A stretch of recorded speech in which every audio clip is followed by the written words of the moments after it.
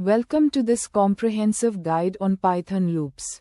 In programming, loops are essential constructs that allow us to execute the same block of code repeatedly.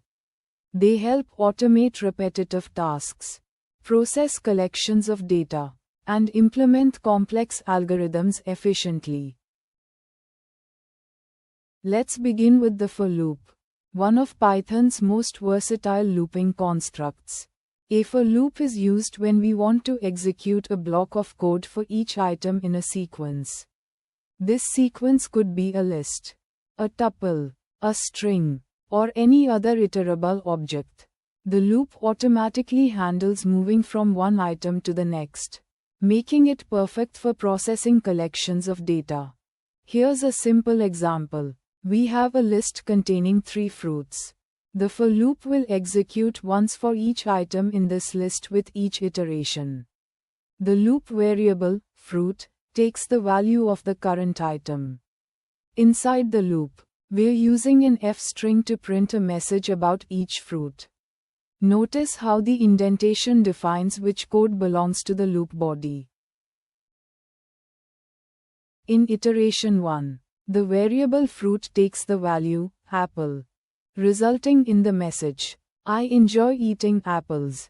In iteration 2, the variable fruit takes the value, banana, resulting in the message, I enjoy eating bananas. In iteration 3, the variable fruit takes the value, cherry, resulting in the message, I enjoy eating cherries. Let's visualize the execution more carefully. The for loop creates a temporary variable called fruit that references the current item. In the first iteration, fruit points to apple. The loop body executes with this value. Then automatically, the variable updates to reference banana, and the loop body executes again. This process continues until all items in the sequence are processed. Often, we need to execute a loop a specific number of times. Python's range function is perfect for this. Range generates a sequence of numbers that we can iterate over. It's commonly used with for loops when we need index-based iteration. This simple loop will print numbers from 0 up to but not including 5. The range function can take start, stop, and step parameters for more control. This is Python's way of implementing the classic for loop found in other languages. Now printing 0, now printing 1, now printing 2, now printing 3, now printing 4. Now let's examine the while loop, which continues executing as long as its condition evaluates to true. Unlike the for loop that iterates over a sequence, the while loop is more general. It will keep looping indefinitely until the condition becomes false. This makes it powerful but also potentially dangerous if we accidentally create infinite loops. Here's a classic countdown example. We initialize a counter to 5. The loop will continue as long as count remains greater than 0. Inside the loop, we print the current count and then decrement it. This decrement is crucial. Without it, the condition would always be true, creating an infinite loop. When count reaches 0, the loop exits.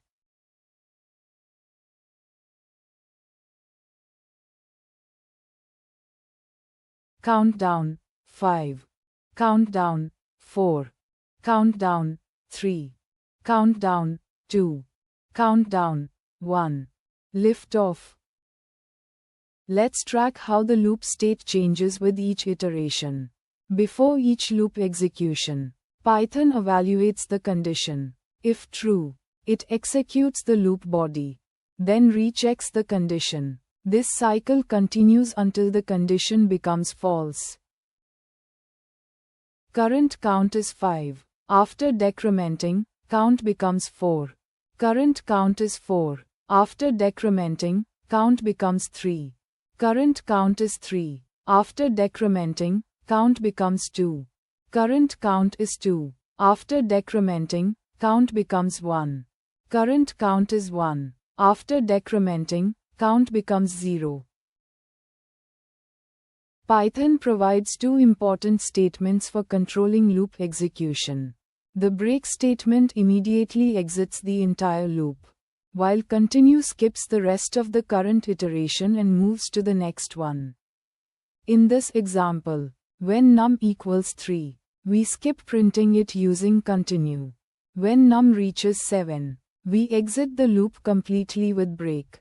Notice how numbers 3 and 7 to 9 are missing from the output. Printing 0, printing 1, printing 2, printing 4, printing 5, printing 6. Now that we understand the basics, let's look at some practical applications of loops in real-world programming scenarios. First, data processing. Loops are essential for handling large datasets.